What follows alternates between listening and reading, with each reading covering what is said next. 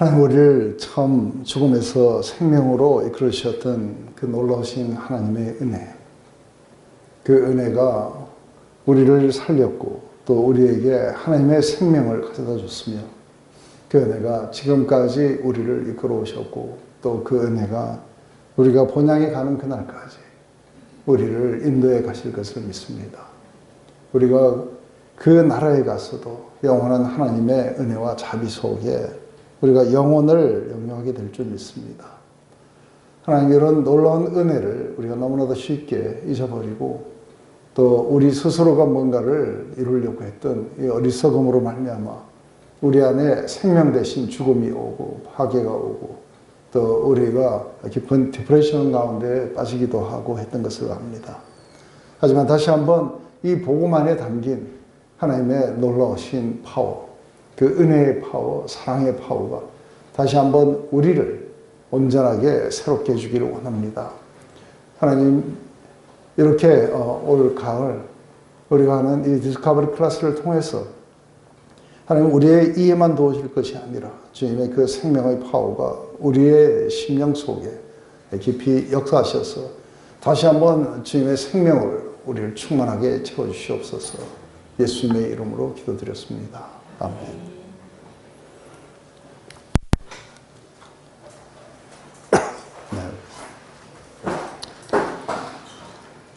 우리 이제 지난 시간에 했던 거를 간단하게 우리가 요약하고 그리고 넘어가도록 그렇게 해보겠습니다. 가장 그 기본이 되는 이야기는 하나님이 우리를 지으셨다는 것, 그리고 어떤 목적을 따라서 지으셨다는 것. 그래서 그 목적을 이루기 위해서 우리를 그분의 형상을 따라 지으셨다는 것. 그래서 우리가 창세기 1장 26절부터 28절까지는 우리의 삶의 그 의미, 목적, 그리고 그것을 이루시기 위한 하나님의 수단, 이런 것들이 이렇게 다 함축되어서 이렇게 나온다고 봅니다.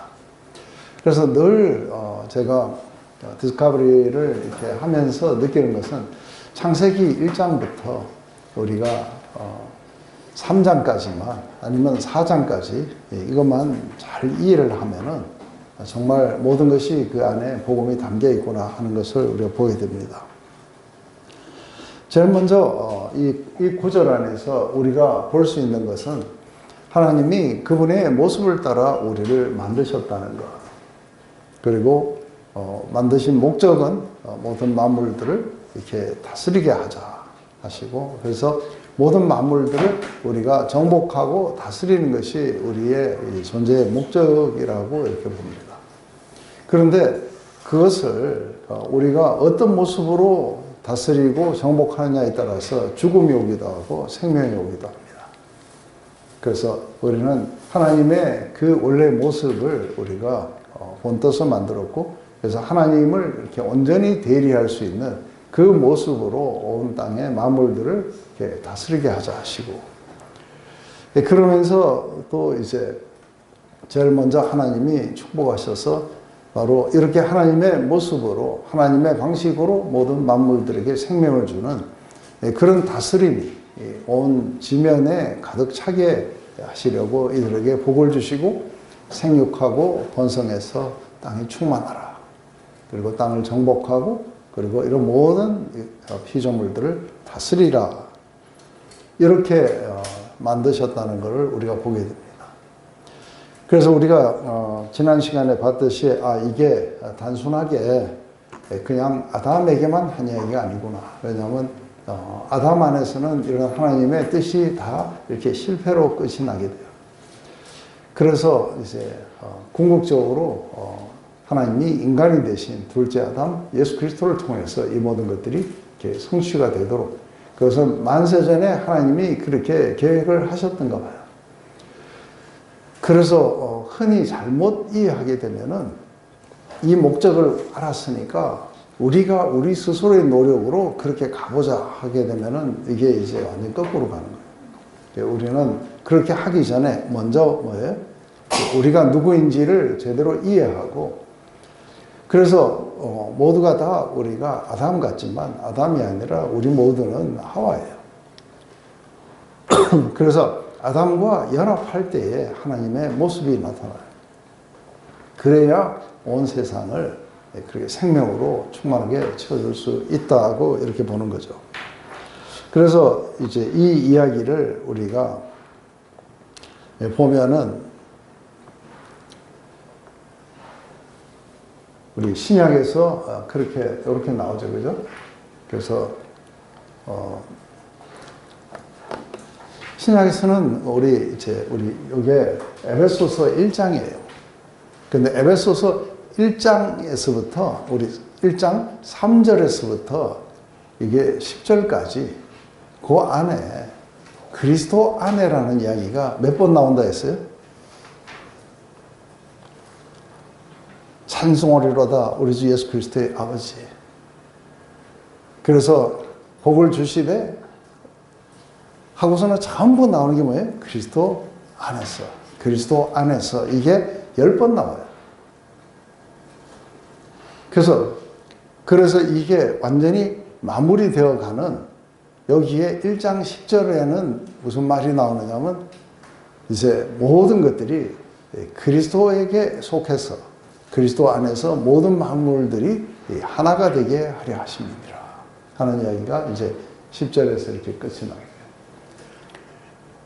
이제 18절에 오면은 이제 기도를 해요. 그죠? 내가 기도하노라. 지혜와 계시의 성령을 너에게 주셔서 하나님을 알게 하시고 그분의 부르심의 소망이 뭔지 그리고 너희들이 앞으로 누려야 될 그 기업의 영광이 도대체 어떤 것인지 이것을 이루기 위해서 얼마나 강력한 파워가 너희와 함께 하시는지를 알기를 구하노라 하고 바로 그 파워가 예수님을 죽음에서 생명으로 이끄셨다는 거죠. 그리고 그 파워가 하나님 우편에 앉아서 이제 하나님을 대리해서 모든 것들을 통치할 수 있는 자리를 주셨다. 그래서 이제 거기에 모든 만물들을 그분의 발 아래 복종하게 하셨는데 아직은 이렇게 완전히 다 복종하지 않는 것을 말하냐면 그래서 모든 만물들이 다 그 발등상 아래 복종할 때까지 너는 내 우편에 앉아 있어라. 이게 시편의 말씀이에요.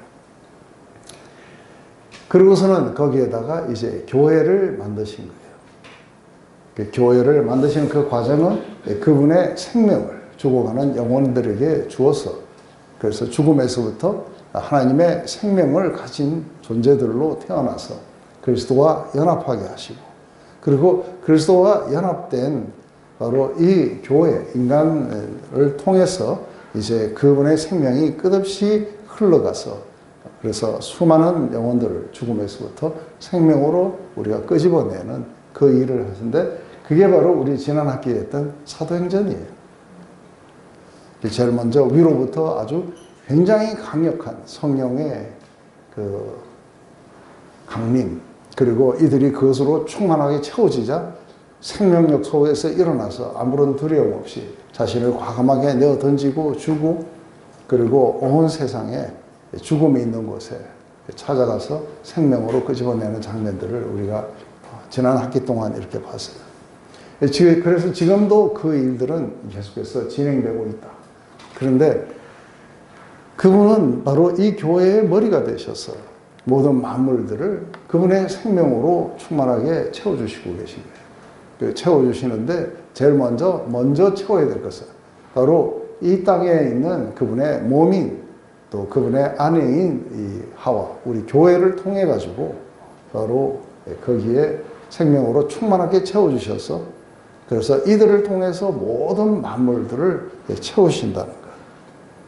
그래서 이 말이 우리말에는 좀 약간 이상하게 하는데 모든 면에서 모든 것을 이렇게 채워주시는 그분의 충만이 누구냐면 바로 그분의 몸이고 교회라는 것이죠. 그분이 머리로 이렇게 만들어주셨다. 그래서 이걸 우리가 이렇게 이해하고 알게 된다면은 그렇다면 우리의 이 목적이 뭔가 했을 때 이게 두 가지예요. 하나는 그분의 생명으로 채워져서 충만하게 될 때, 그때에 우리는 그분의 형상으로 변하게 돼요. 그리고 그 충만함을 가지고 나아가서 우리가 그 생명을 갖다가 나눠주고 죽음 가운데 있는 그 모든 피조물들을 생명으로 그렇게 바꿔주는, 그게 이제 우리의 이 땅에 존재하는 그런 목적이다. 이게 이제 아주 우리가 기본적으로 우리가 알아야 되는 그 장면인 거예요. 그런데 교회는 어떻게 해서 하나님의 생명으로 충만하게 된가 했을 때, 여기에 우리가 많이 헷갈리는 장면이 성령의 역사를 많이 좀 정확하게 잘 이해를 못해서 성령을 이렇게 넣다 보면은 처음 들어온 사람들이 제일 이해하기 어려운 파트가 사실은 성령의 이야기예요. 다른 이야기들은 너와 나의 이야기인데 성령은 뭔가 모르게 좀 약간 모호한 그런 영역인 것 같다고 이야기해요. 왜냐하면 이게 예수님 아니면 아버지 하나님 하면 어떤 퍼스널리티가 강하게 인격으로 이렇게 딱 있어요. 근데 성령님 그러면은 이게 뭔가가 잘 이렇게 그림이 안 잡혀요. 그래서 성령님을 상당히 이해하기 어려워요. 그런데 아주 우리가 이렇게 생각하면 돼요. 보이지 않는 어떤 그 인격이 아버지 하나님과 아들 하나님의 은혜와 사랑을 우리에게 실어서 전달해 주시는 분이다 하고만 이렇게 이해하면 돼요. 그래서 사실은 우리는 성령님을 구하는 게 아니라 그분의 은혜와 사랑을 구해야 돼요. 그러면은 그것을 실제 체험할 수 있도록 실어 날라다 주시는 분이 성령이기 때문에, 그래서 우리가 성령을 받았다, 또 성령으로 우리가 충만하다 할 때는 사실은 성령님이 오셔서 우리를 성령으로 충만하게 채우시는 게 아니라 그리스도의 사랑으로, 그분의 은혜로 우리를 충만하게 채워주시는 거예요. 그래서 우리는 뭘 해야 되느냐 하면은, 우리는 그분의 사랑 가운데 뿌리가 내리려고 하는 이 작업은 왜 필요하느냐 하면은, 끝없이 사단이 공격을 하고 끝없이 우리의 죄성은 우리가 사랑받았다는 것을 받아들이기가 상당히 어려워요. 그래서 우리는 늘 인과응보의 세계에 살았기 때문에 그래요. 그런데 이 인과응보의 세계가 완전히 무너지는 것은, 그건 바로 내가 아무런 조건 없이 사랑받았다는 그 의식이에요. 그래서 그분의 사랑 가운데 이게 뿌리를 내리고, 그 뿌리를 내리는 작업이 안 되면 금세 의심해요. 하나님이 나를 더 이상 사랑하시지 않는다든지 이런 것들이 금세 나타나게 돼요. 이제 터가 굳어진다 했을 때 뭔가 우리가 성장하기 위해서는 어떤 기반이 필요한데, 이 기반이 우리가 사랑받은 존재예요. 은혜로 우리가 구원받은 존재인 거예요. 그래서 우리의 모든 영적 전쟁은 어디에 있는 거예요? 많은 사람들이 영적 전쟁을 가르치는 사람도 그렇고 이 영적 전쟁을 잘못 이해해요. 그래서 에베소서 6장을 이야기를 하면서 그 영적 전쟁을 가르친다면서 막 예수 이름으로 물러나라고 이게 영적 전쟁인 줄 착각해요. 영적 전쟁은 그게 아니라 사단이 끝없이 우리에게 구원받은 존재라는 걸 흔들어요. 그러면 우리는 스스로가 어떻게 돼요? 그리스도에게서 떨어진 채 우리는 구원받으려고 노력을 하게 돼 있어요. 그래서 뭘 쓰라고 하느냐면 이 전신갑주 중에서 제일 먼저 나오는 게 구원의 투구예요. 그리고 너는 의롭지 못하다고 불의한 존재라고 이야기했을 때 하나님이 나를 의롭게 만들어 주셨다는 것, 그것은 내 행위가 아니고 그리스도의 십자가의 역사로 말미암아 나를 의롭게 만들어 주셨다는 의의 흉배를 붙이고, 그리고 또 계속해서 원수가 계속해서 우리에게 의심의 화살을 날리면은 믿음으로 그걸 방패를 막고, 그죠? 그리고 평안, 그 하나님 나라 안에 아주 특징 중에 하나가 평안과 기쁨이에요. 그 평안에 그 띠를 쓰고, 그 다음에 부지런히 우리는 공격만 당하는 게 아니라 우리는 우리가 공격도 해요. 그죠? 그래서 우리가 복음을 전하게 되는 것. 그래서 이 복음을 전하는 것이고, 그리고 이제 가장 극한 것은 그 원수가 우리에게 너는 구원을 받지 못했다 하고 이랬을 때 그 원수를 일격에 무너뜨리는 게 있어요. 그게 뭐냐면 하나님의 말씀이에요. 복음이에요. 그러니까 그리스도가 날 위해 죽으셨다. 이렇게 해서 우리가 구원의 확신 가운데 이르게 될 때, 그때 하나님의 그 사랑과 은혜가 우리에게 아주 폭포수처럼 쏟아져서 우리를 넘치게 할 거예요. 그래서 왜 진정한 복음 전도자들, 이런 사람들은 우리 이야기를 하지 않고 구원의 확신을 심어주려고 그렇게 노력하는가. 사도 바울도 구원의 확신을 심어주려고 그래요. 그 어떤 것도 그리스도 예수 안에 있는 하나님의 사랑에서 끊을 수가 없다. 이런 어떤 확신에 이르게 하려고 그 이야기들을 계속해서 전개해 나가요. 그것은 너희들의 어떤 이야기가 아니고 하나님의 선물이었다. 그래서 너희들은 사랑받을 만한 존재로 사랑하는 게 아니라 너희들이 죽어 있기 때문에 그분이 생명으로 살리셔서 자기의 그 백성으로 삼으시고 그 백성을 통해서 그분의 뜻을 이루기 위해서 너희는 선택을 받았던 것이다. 이러한 이야기들을 계속해서 우리가 안 들으면은 계속해서 이게 흔들리게 돼요. 이게 이제 영적 전쟁으로 이 모든 것들을 우리가 다 싸우고 난 뒤에 굳건하게 서려면, 믿음 가운데 굳건하게 서려면은 바로 이 싸움들이 앞으로 죽는 날까지 진행이 되게 될 거라고 하는 거예요. 그렇기 때문에 이때 굉장히 중요한 게 그분의 사랑 가운데 뿌리를 내리고, 그리고 그 터가 우리의 삶에 이루는 기초의 터가 뭐냐면 바로 그분의 사랑이에요. 우리는 그분의 사랑과 자비가 아니었으면은 우리가 이렇게 그리스도인의 삶을 살 수가 없어요. 이 기본이 그거였어요. 근데 거기에서 이제 우리는 그 같은 형상으로서 점점 더 화해갈 수 있는 것은 경험을 통해서 가는 거예요. 근데 그 경험이 어떻게 일어나냐면 그분의 사랑의 깊이와 높이와 넓이와 길이, 그것을 갖다가 아주 그 경험하면 경험할수록 우리 안에는 그런 자비와 사랑이 아주 충만하게 넘쳐서 우리도 다른 사람들에게 자비와 사랑을 베풀 수 있는 자들로 바뀌게 될 거라는 거예요. 이걸 통해 가지고 우리를 이제 흘러가게 한다는 것, 이거 하나와 또 한 가지는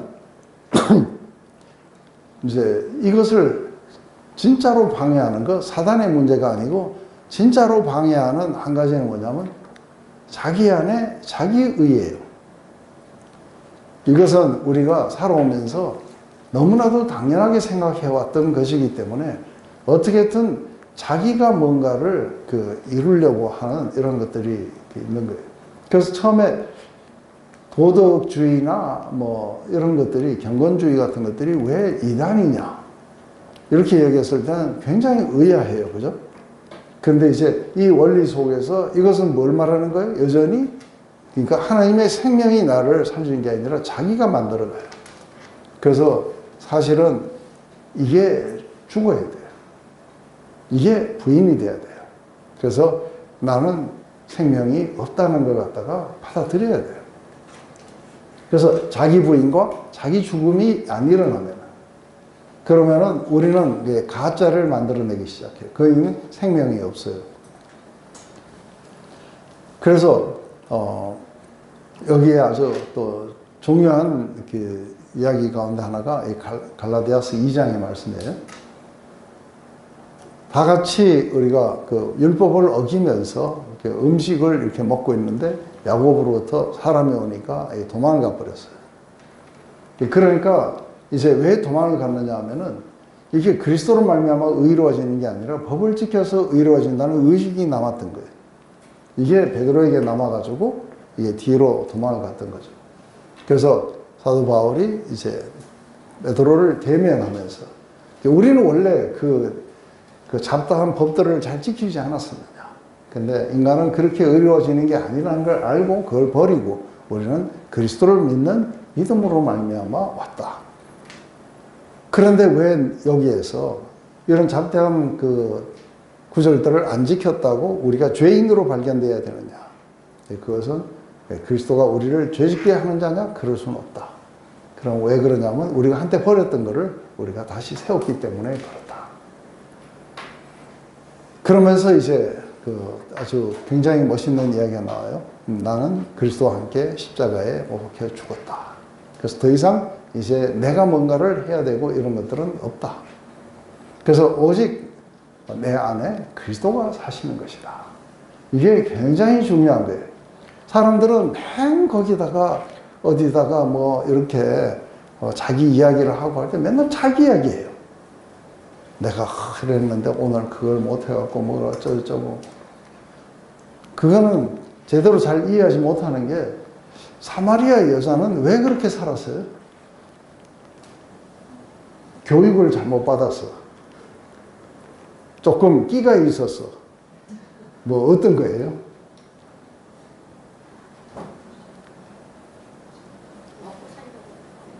뭐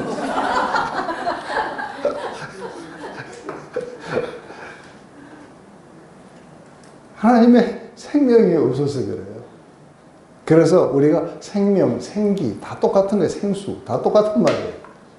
그래서 예수님이 보실 때에 이 여자가 그렇게 사는 이유는 여자의 행실이 아주 나쁘고 이래서 그렇다가 아니라 생명이 없는 거예요. 그래서 목이 가라지 않느냐 하는 거죠. 그래서 너의 모든 그런 욕망을 꺼버릴 수 있는 생수를 내가 가지고 있다. 그런데 이게 뒤에 가면은 누구든지 목마르거든 내게 와서 마시라. 그래서 나를 믿는 자는 그 배에서 생수의 강이 흘러나리라. 이건 나중에 받을 성령을 가르쳤다 그래요. 생수라는 게 이게 성령께서 우리 안에 오셔서 끝없이 하나님의 사랑과 은혜를 우리에게 전해주시면서 생명이 넘치도록 하시는 게 성령의 역사였던 거죠. 그러니까 우리는 내 안에 그리스도가 사시게 하는 방법은 내가 스스로가 부인되고 죽음이 있어야 그리스도가 내 안에 사시게 돼요. 그래서 이걸 뭐라고 하느냐면 풀어서 나를 사랑하사 나를 위해 자기 몸을 버리신 그리스도를 믿는 믿음 안에 사는 삶이다. 이러면서 이제 중요한 이야기를 해요. 나는 하나님의 은혜를 피하지 않노라. 근데 만약에 우리 스스로가 의로워지려고 노력을 하게 되면 두 가지의 아주 비참한 게 와요. 그죠? 두 가지 뭐가 와요? 우리 스스로가 의로워지려면 제일 먼저 그리스도에게서 끊어져요.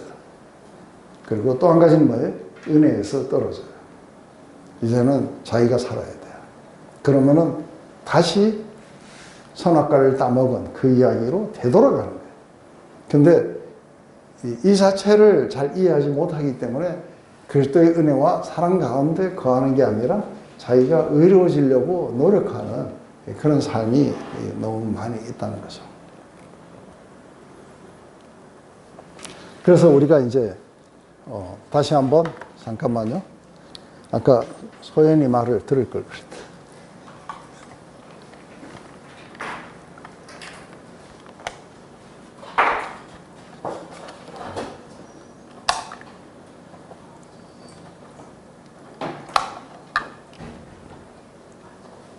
네.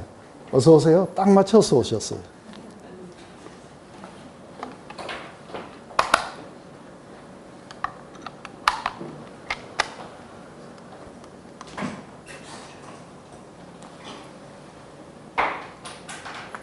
네. 제일 먼저 인간을 만드시고 그분의 생명으로 채워주시는 장면이 나와요. 여호와 하나님이 땅의 흙으로 사람을 지으시고 생기를 그 코에 불어넣으시니 사람이 생명이 된지니라. 그래서 사실은 처음에 이렇게 지어놓고 그리고서는 하나님의 생명으로 충만하게 해주지 않게 된다면 인간은 스스로가 자기의 육체적인 생명으로 살아가야 돼요. 그런데 여기에서 우리가 생기를 코에 불어넣어 주셨다 하니까 도대체 이 생기가 뭔가 하고 우리가 이렇게 생각할 수 있겠죠. 그래서 우리가 이 생기가 뭔지를 알려면은 우리 에스겔서 37장에 가면은 골짜기에 마른 뼈들의 이야기가 나오는데 거기에서도 동일하게 이것은 죽어 있어요. 생명이 없어요. 그래서 아주 뼈가 말라버렸으니까 전혀 생기가 없는 거죠. 그런데 그렇게 들어가라고 명하는 거예요. 생기야 저들에게 들어가라. 그러니까 하나님의 생명이 그들에게 들어가니까 이게 제일 먼저 뼈들이 조합하고 그리고 살이 붙고 그러고 나서 아주 굉장히 강력한 군대로 일어서는 장면을 보여주시는 거예요. 그런데 이 생기가 뭐냐 했을 때 바로 내가 내 영을 너희 속에 두어. 그래서 성령을 이야기를 했던 거예요. 그래서 이 성령으로 우리가 성령을 받아들이고 그 성령으로 이렇게 충만해가는 과정. 그런데 성령으로 충만해가는 과정 안에 제일 중요한 게 뭐냐면 자기가 비워져야 된다는 거예요. 그래야 하나님으로 충만하게 채워질 수 있는 거예요. 그래서 이제 죽어있던 이 백성들이 하나님의 영을 받게 되면은 완전히 다른 삶을 살게 될 거라는 것이 이게 이제 하나님의 약속이에요. 그들은 전심으로 내게로 돌아오게 될 것이다. 그리고 그들은 즐거이 나에게 순복하고 그리고 내 율례를 행하며 이건 우리가 하는 게 아니라 하나님이 그분의 생명을 우리에게 주셔서 우리를 그렇게 이끌어 가시는 거예요. 그러면 이게 단순하게 이론으로만 그런 게 아니라 여러분의 실제 삶 속에서도 이게 일어나야 돼요. 그래서 여러분들이 하나님의 은혜와 사랑으로 충만하게 됐을 때 여러분이 제일 먼저 하고 싶은 게 뭐예요? 네? 그렇죠. 주님을 따르고 싶고 그분에게 스윗하게 서렌더하고 그래서 우리는 전심으로 하나님께로 돌아가게 돼요. 우리가 결심해서 돌아가는 게 아닌 거예요. 그분이 영을 부어주심으로 말미암아 우리는 그분을 향해서 아주 열심히 달려가게 되고 그리고 이제 오늘 나중에 거기 보면 그들이 나의 백성이 되고 나는 그들이 하나님이 될 것은 그들이 전심으로 내게로 돌아오게 된다. 내가 그들을 데리고 다시 나에게로 데리고 올 것이다. 근데 그게 데리고 오는 장면에 하나님의 은혜와 사랑을 부어주시는 거예요. 이게 성령을 부어주셨다는, 영을 부어주셨다는 것과 동의어예요. 그래서 우리에게 그 하나님의 은혜와 사랑을 경험하면 새 마음으로 우리가 바뀌게 돼요. 이게 일어나야 되는 거예요. 근데 이게 없는 우리가 오늘 내가 이랬고 저랬고 하는 이야기는 백날 해봐야 그러니까 그게 그 이야기가 그 이야기인 거예요. 우리에는 뭐가 필요하냐면 하나님의 생명, 생기, 그분의 은혜와 사랑 이것을 전달해 주시는 성령님의 역사. 이게 우리에게 전부예요.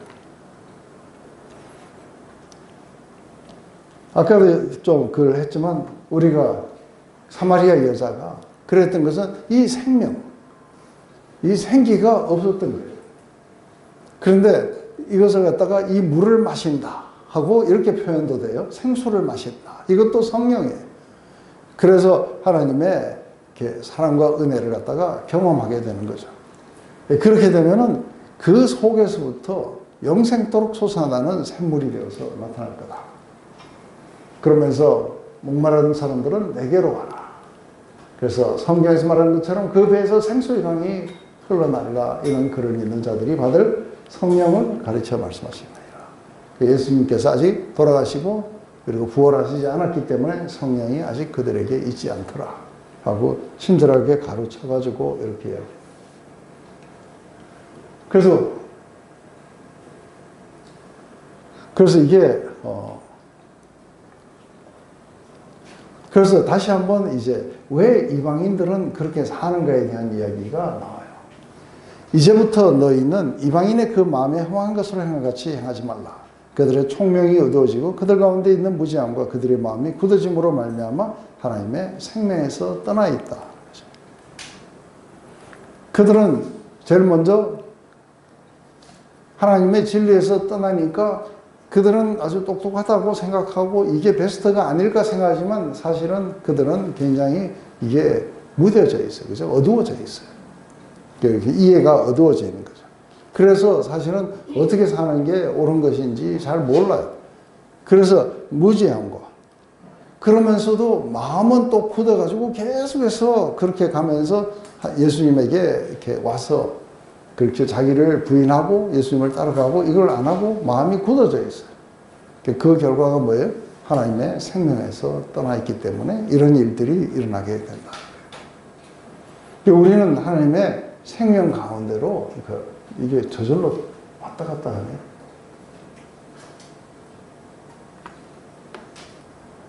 네.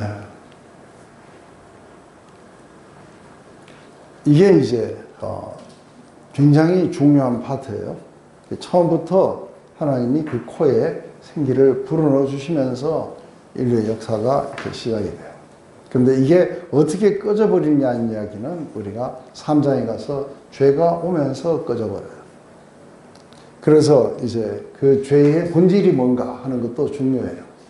그 죄의 본질은 어떤 실수나 이런 게 아니고 바로 하나님의 그 생명을 거부한 채 자기가 스스로가 뭔가 창출하려고 하는 거기서부터 시작됐다는 걸 보는 거죠. 이제 이게 첫 번째 하나님이 모든 만물을 다스리게 하기 위해서 먼저 우리에게 생명으로 충만하게 채워주시고 그리고 이제 생명이 결여된 곳에 이제 우리가 다가가서 그들을 생명으로 충만하게 채워주시는 거예요. 그래서 우리가 상담은 어때요? 크리스찬 상담은 어떻게 돼야 되는가? 이런 걸 해볼 때 크리스찬 상담은 어떻게 돼야 돼요? 왜 인간들이 그런 복잡한 문제에 걸려갖고 왜 저한테 오게 돼요? 하나님의 생명에서 떠나 있는 거예요. 왜 떠나냐면은 그들은 자기 스스로 안에 옳고 그름 때문에 떠나요. 그러면은 그 옳고 그름을 잘못됐다고 지적하고 고쳐지냐? 하면 안 고쳐져요.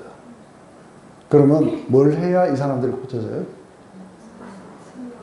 그렇죠. 이들에게 그 어메이징한 하나님의 은혜와 사랑, 그것이 우리의 이야기 속에 리플렉트 되어 나타나는 거예요. 그러면 그들은 일단은 직접적인 그것은 아니지만 처음에는 뭐예요? 그걸 반사해서 그걸 느끼게 될 때 이들에게는 이게 뭔가가 생명으로 꿈틀거리기 시작해요. 그래서 이들의 마음이 굳어 있다가 좀 부드러워지기 시작하고 그러는데 또 자기 집에 가면 또 달라지죠. 그죠? 그럼 또 이렇게 그러다가 또 와가지고 하다 보면 또 그래. 그런데 이런 과정을 통과하면서 어느 때가 되면은 하나님이 직접 역사하시게 되면은 그러면 이 사람은 이제 그 문제에서 벗어났어. 하나님께 서렌더하고 그분의 생명으로 충만하게 채워지면은 그 부부가 일시에 뭐가 돼요? 이렇게 뽀뽀뽀 가족이 돼가지고 우리가 남이냐하고 이제 또 이렇게 될 수 있겠죠. 그 딱 한 가지밖에 필요한 게 없어요. 뭐예요? 하나님의 생명이 필요한 것이지 뭐 몰라가지고 이렇게 했다든지 그런 건 아니겠죠.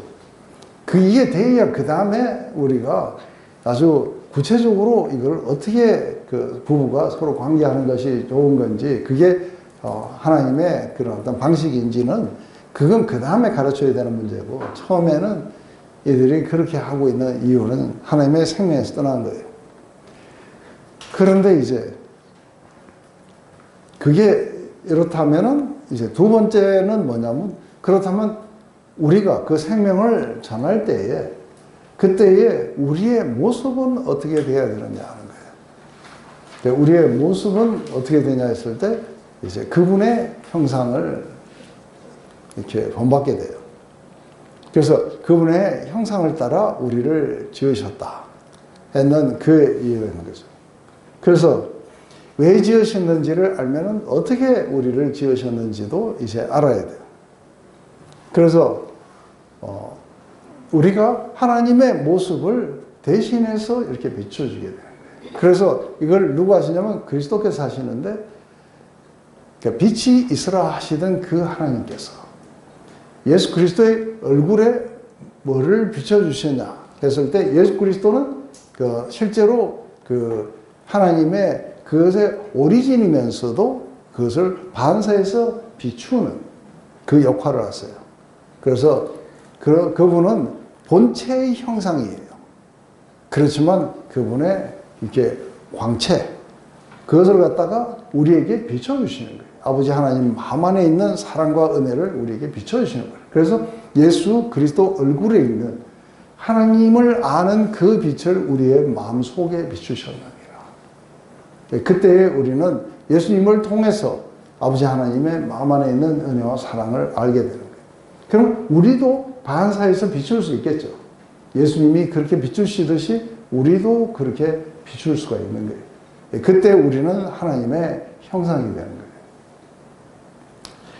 그래서 예수님은 이 땅에 형태를 띠고 오셨어요. 형태를 띠고 오셨는데, 그런데 예수님은 인간이셨어요. 그런데 그분은 인간이실 뿐 아니라 하나님이에요.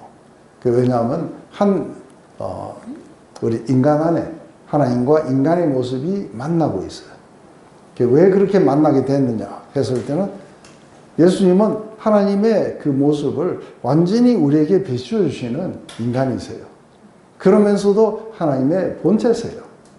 그렇기 때문에 인간과 하나님이 다른 모습이 아니라는 걸 보여주시는 거예요.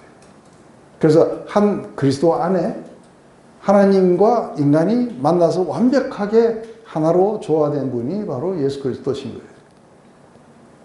하나님이 바로 우리 교회와 또 교회와 이 그리스도가 그렇게 되기를 원하시는 거죠. 그래서 우리가 그리스도의 모습, 하나님의 모습으로, 그래서 우리가 참 인간이 된다는 게 어떤 것이냐 했을 때 바로 참 하나님의 모습이 되는 거예요. 그래서 우리는 하나님의 형상을 따라 지으셨다 했을 때 하나님이 자기 표현으로 우리를 만드셨다 하고 이야기할 수 있죠. 그래서 우리가 이제 이것을 이해하려면 삼위일체에 대해서 우리가 좀 더 깊이 이해할 필요가 있어요. 그것은 이제 이것을 예수님이 그것을 비추시게 될 때에 이것을 모노로 아는 거예요. 모노로. 예수님을 모노로 알게 돼요.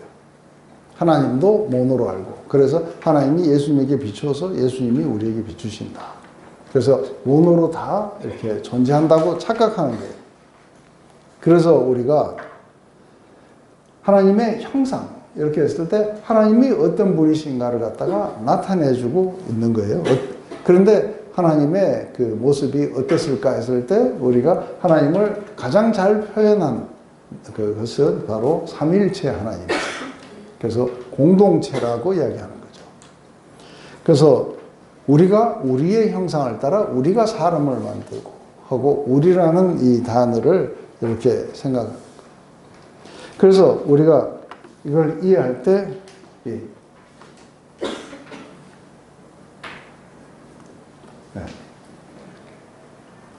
삼위일체를 이해할 때 이게 잘못 이해하는 게 뭐냐면, 그러니까 아버지 하나님과 아들 하나님과 성령 하나님이 따로따로 살다가 의기투합해서 만났다.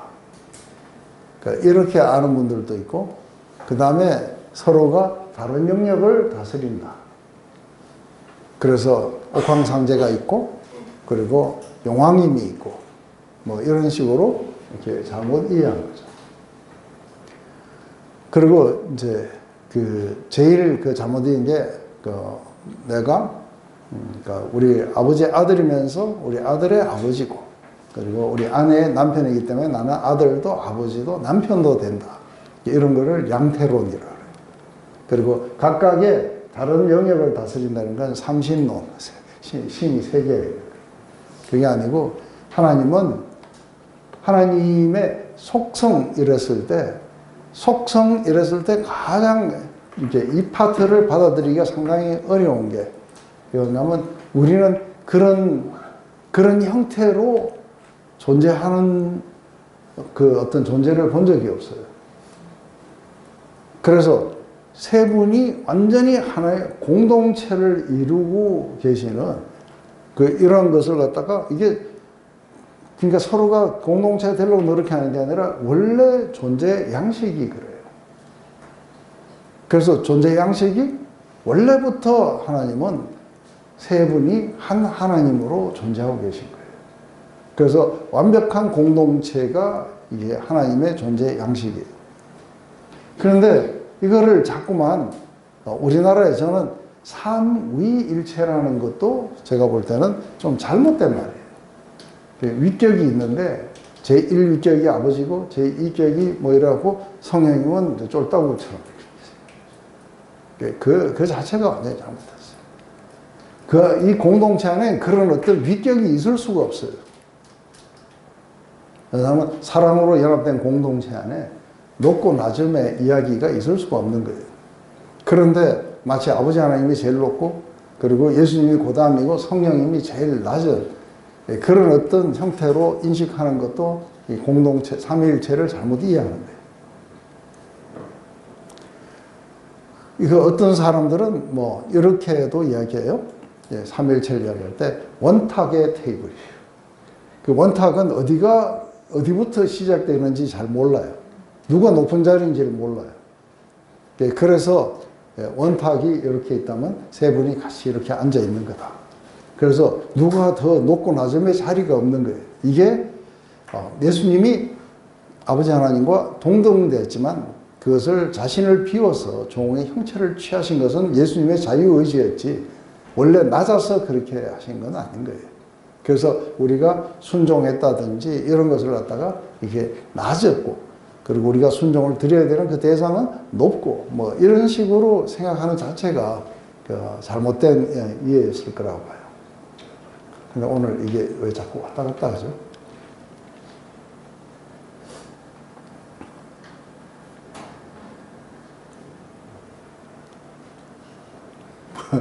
무슨 문제가 매일 우리를 갖다가 즐겁게 해주려고.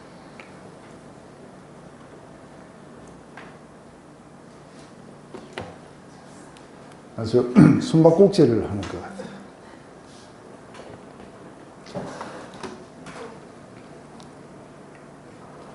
그래서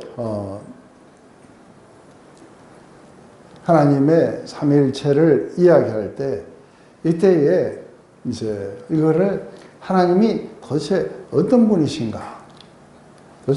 분이신가를 갖다가 잘 설명하기 위해서 사실은 우리는 뭘 봤냐면 아담과 하와를 만드시는 장면을 보는 거예요. 그래서 아담과 하와에 대한 이해가 하나님에 대한 이해를 상당히 많이 도와줄 것이라고 그렇게 봐요.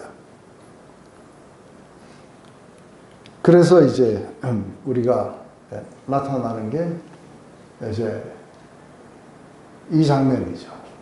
그래서 아담과 하와를 만드시는 장면을 보면서 하나님의 공동체가 어떠할 것이다 하는 것을 갖다가 우리가 보기를 원해요. 그런데 이걸 하려니까 시간이 또 쉬는 시간이 돼서 쉬고 나서 시작하도록 하겠습니다. 혼자 사는 것이 좋지 아니니 내가 그를 위하여 돕는 배필을 지으리라 하시니라. 여호와 하나님이 아담을 깊이 잠들게 하시니 잠들매 그가 그 갈빗대 하나를 취하고 살로 대신 채우시고 여호와 하나님이 아담에게서 취하신 그 갈빗대로 여자를 만드시고 그를 아담에게로 이끌어 오시니 아담이 가로되 이는 내 뼈 중에 뼈요 살 중에 살이라. 이것을 남자에게서 취한즉 여자라 칭하리라 하니라. 이러므로 남자가 부모를 떠나 그 아내와 연합하여 둘이 한 몸을 이룰지니라. 아담과 그 아내 두 사람이 벌거벗었으나 부끄러워하지 아니하니라. 여기에서 이제 우리가 용어 정리하는데 사람이 혼자 사는 것. 그래서 혼자 산다는 건 어떤 의미인지. 그래서 우리 이게 레바도라는 게 이제 혼자라는 거예요. 혼자, 레바도. 근데 거기에 바드라는 이 단어가 뭐냐면 분리되어 있는 거예요. 그래서 뭔가 분리되어서 되어 있는 것은 좋지 않다는 거죠. 분리된 채로 남아있다. 그래서 사실은 아담이 지금 혼자 있었을 때 뭔가로 분리된 게 아니라 분리된 모습처럼 보이는 거예요. 혼자서. 그래서 이게 좋지 않은 이유는 하나님의 모습으로 만드는데 하나님의 모습이 아닌 거예요. 그렇기 때문에 이제 마치 분리된 채 미완성으로 남아있는 것처럼 보인다는 거죠.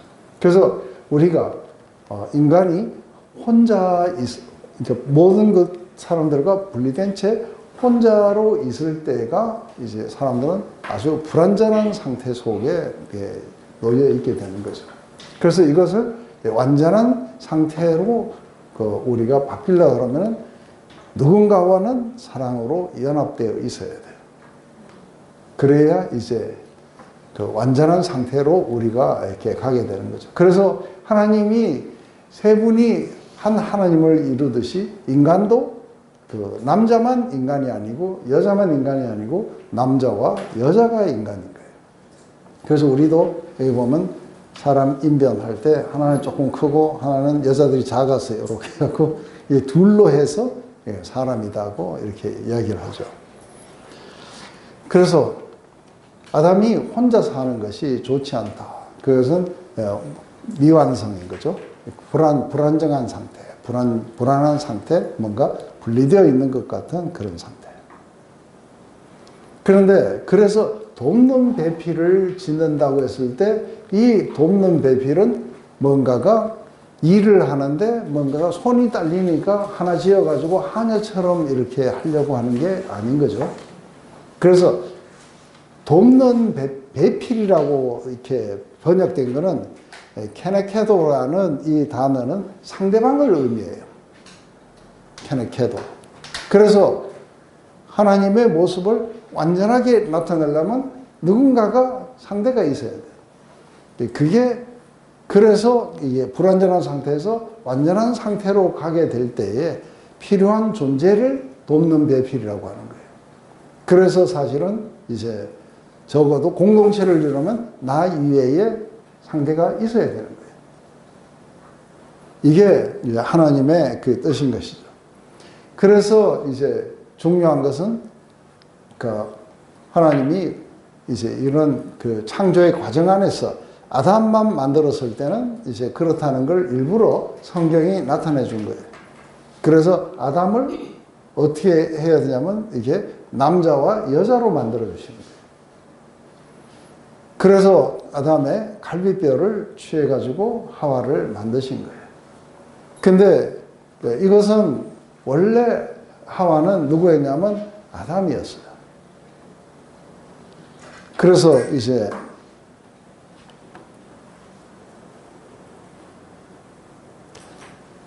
우리가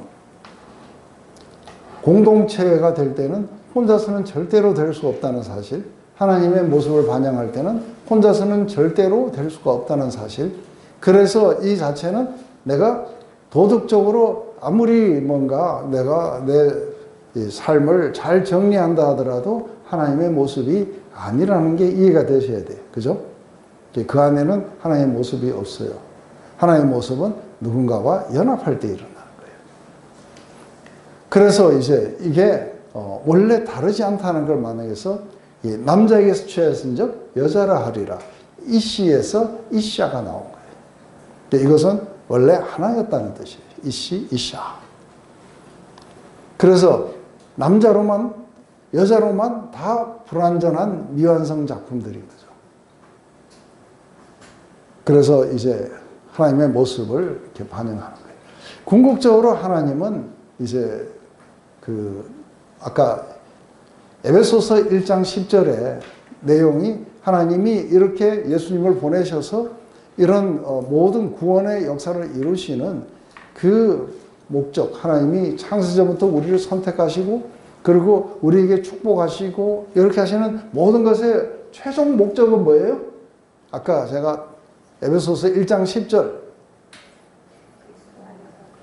그렇죠. 그리스도 안에서 모든 만물들이 그리스도 안에서 하나가 되게 하기 위함이에요. 그래서 하나님의 속성은 모든 것들을 그분 안에서 하나가 되도록 하신, 그분이 지으신 세상이에요. 그래서 이게 하나가 되도록 만들어 가시는 그 부분이기 때문에 하나님이 가장 아름답게 보고 하는 것이 뭐냐면 이렇게 공동체로 연합하는 모습이에요. 그래서 이게 단순하게 이제 남자와 여자의 관계를 떠나서 이제는 완전히 공동체로 사람들이 연합해 가서 이게 모든 인류가 그리스도 안에서 완전히 하나로 연합되어 있는 그런 모습들인 거죠. 그래서 우리 시편에 보면 이 말씀이 나와요. 보라, 형제가 연합하여 동거함이 어찌 그리 선하고 아름다운고. 머리에 있는 보배로운 기름이 수염 곧 아론의 수염에 흘러서 그의 옷깃까지 내림과 같고, 헐몬의 이슬이 시온의 산들에 내린 같도다. 거기에서 여호와께서 복을 명하셨으니 곧 영생이로다. 형제가 연합해서 동거하는 것이 하나님이 뭐예요? 창세기에 모든 것들을 지으시고 난 뒤에 뭐라고 하시냐면 good 하신 거예요. 이건 선하다는 뜻이에요. 그런데 형제가 연합하는 것이 하나님의 눈에는 선한 거예요. 그리고 이것은 아름답게 보이는 거예요. 그래서 형제가 연합하여 동거함이 어찌 그리 선하고 아름다운고. 그런데 이게 연합 안에서 뭐가 나오느냐 하면은 이게 굉장한 생명력들이 흘러나오는 거예요. 그래서 남자와 여자가 둘이가 사랑으로 연합하면은 생명이 재창출되게 돼 있어요. 그래서 자녀들이 생겨나고, 그래서 이렇게 사랑으로 충만된 연합으로, 가족으로, 그리고 또 한 국가로, 또 그리고 전 인류로 연합되어 가는 이 과정을 통해 가지고 이제 하나님이 이렇게 연합되어 있는 여기에 하나님이 축복하신 거예요. 그래서 머리에 있는 보배로운 기름이 그래요. 이것은 마치 이렇게 하나의 두 개의 모습으로 보여져요. 하나는 하나님이 아론에게 기름 부으심을 할 때, 대제사장으로서의 기름 부으심을 할 때 머리에다가 기름을 쫙 부어요. 그러면 이게 머리에서 이제 그 기름을 타고 흘러내리겠죠. 그러면 아론의 수염이 있으니까 수염을 이렇게 적시고, 그리고 옷깃을 적셔요. 하고 이렇게 내려갑니다. 그것은 하나님의 생명이 온 한 사람을 적시는 것 같은 거예요. 그러니까 하나님의 이게 어노인팅인 거죠. 그죠? 또 헬몬산이라는 거는 제일 위에 북쪽에 있는 아주 제일 큰 산이에요. 그래서 거기에서 나오는 모든 이슬이 땅으로 스며들어가고, 그리고 단 지역에서부터 뭔가 강이 발현하는 게 이게 요단강이에요. 근데 이 요단강은 흘러내리면서 이제 모든 땅에 생명을 주고 있어요. 그래서 헐몬의 이슬이 시온의 산들에 내린 것 같도다. 그래서 모든 것들이 생명으로 충만해지고, 이런 어떤 모습이 바로 형제가 연합하여 동거함의 모습과 같다고 말할 거예요. 거기서 하나님이 영생이라는 축복을 주셨다는 거예요. 이게 이제 하나님 성경은 이 연합이 선하고 아름다운 것은 바로 하나님이 그런 분이시기 때문에 그런 거예요. 그렇기 때문에 우리가 이제 이걸 이해할 때, 하나님의 삼위일체를 이해할 때 아담과 하와가 어떻게 만들어졌는지를 보는 거예요. 이게 원래 하나였지만 두 인격이 존재하는 거예요. 그렇지만 둘이 아니라 하나인 거예요. 이걸 나타내기 위해서 내 뼈 중에 뼈요, 내 살 중에 살이로다. 이것은 아담이 이 하와를 바라보는 시선이었어요. 그걸 누구로 보냐면 자기로 보되 가장 자기로 보는 것이 시선이었어요. 이게 원래 존재의 양식이고, 원래 이게 가장 완전한 모습이에요. 하나님을 나타내는 완전한 모습이에요. 그렇기 때문에 이제 사도 바울은 이것이 자기의 그 믿음 속에 있기 때문에 자기 아내를 사랑하는 자는 자기를 사랑하는 것이다. 그래서 아내가 타인이 아니라 바로 자기로 인식되는 그런 것에 대해서 이야기를 하고 있는 거죠. 그렇기 때문에 이게 성차별이라든지 뭐 성별에 어디가 우위고 뭐 낮고 이런 게 있을 수가 없는 거예요. 하나님 세계 안에서는. 왜냐하면 그렇지 않으면 남자가 아무리 뭔가 능력이 있고 하더라도 혼자서는 불완전한 상태인 거예요. 근데 하나님 보시기에 좋지 않은 상태인 거예요. 그런데 여자가 아무리 이쁘고 뭔가 똑똑하고 그러더라도 여자만으로는 안 돼요. 그죠? 원래 우리는 공동체로 지어주신 거예요. 그래서 우리의 완성은 어디에서 나타나냐면 공동체 안에서 나타나는 거예요. 그런데 많은 사람들은 자기 혼자 성장하려고 자꾸 그래요. 그러니까 자기 혼자서 성장하고 하려니까 결국은 뭐를 해야 되는 거예요? 이게 도덕으로 자꾸 성장을 하는 거예요. 그런데 사랑으로는 성장 못해요. 왜냐하면 이게 연합은 사랑과 자비와 수용과 하나님의 모든 아름다운 속성들이 다 나타나야 연합이라는 게 일어나요. 이 연합을 스스로 해보려고 부부간에 해본 분들은 다 아실 거 아니에요. 안 되는 줄 알면서 왜 그랬을까 하고. 그런데 궁극적으로 이 안에 굉장히 많은 우리가 용납, 수용, 자비, 이런 것들이 다 필요하다는 걸 아는 거예요. 그래서 결국은 이런 모든 덕목들은 뭘 위해서 필요하냐면 이 연합을 위해서 필요한 거예요. 연합이 목적이지 그 자체가 중요한 건 아닌 거예요. 그래서 보조자다, 돕는 배필을 보조자다 이렇게 생각하는 사람들인데 그거는 이제 아주 잘못된 생각이라고 봐요. 그런데 분리가 되면은 무슨 일이 일어나냐면 자기의 불완전함을 채우려고 하는 욕구가 생겨나요. 그래서 어떤 사람들은 그것을 강아지에게서부터 찾으려고 그래요. 그래서 반려동물인데 그게 그것과 아무리 연합을 하려고 해도 불완전한 모습은 안 사라져요. 이것은 같은 형상을 지닌 인간들끼리 일어나야 되고 또 우리 인간들만이 그렇게 우리 인간들끼리는 그게 연합은 절대로 안 일어나게 돼 있어요. 그래서 뭐가 일어나야 되냐면 하나님과의 연합, 그리스도와의 연합이 일어나야 되는 거예요. 그러면 부부를 완전히 연합하게 하는 방식은 어떤 게 있겠어요? 둘이가 잘 살아라고 뭔가 가르쳐주고 이래갖고는 택도 없는 이야기예요. 그리스도에게로 가까이 가면 가까이 갈수록 둘은 저절로 연합되게 돼 있어요. 그래서 우리는 그들에게 복음을 전해야지 그들을 갖다가 가까이 뭔가 좋은 금술 좋은 가족을 만들려고 한다든지 그건 이게 아닌 거죠. 그래서 하나님의 그것은 성별을 다르게 하셨다. 그래서 남자와 여자로 만드셨다. 그런데 이게 성별이 다르기 때문에 완전히 서로 달라요. 그죠? 그렇기 때문에 이게 이렇게 끌리게 되어 있어요. 그 똑같다면은 이게 끌리겠어요?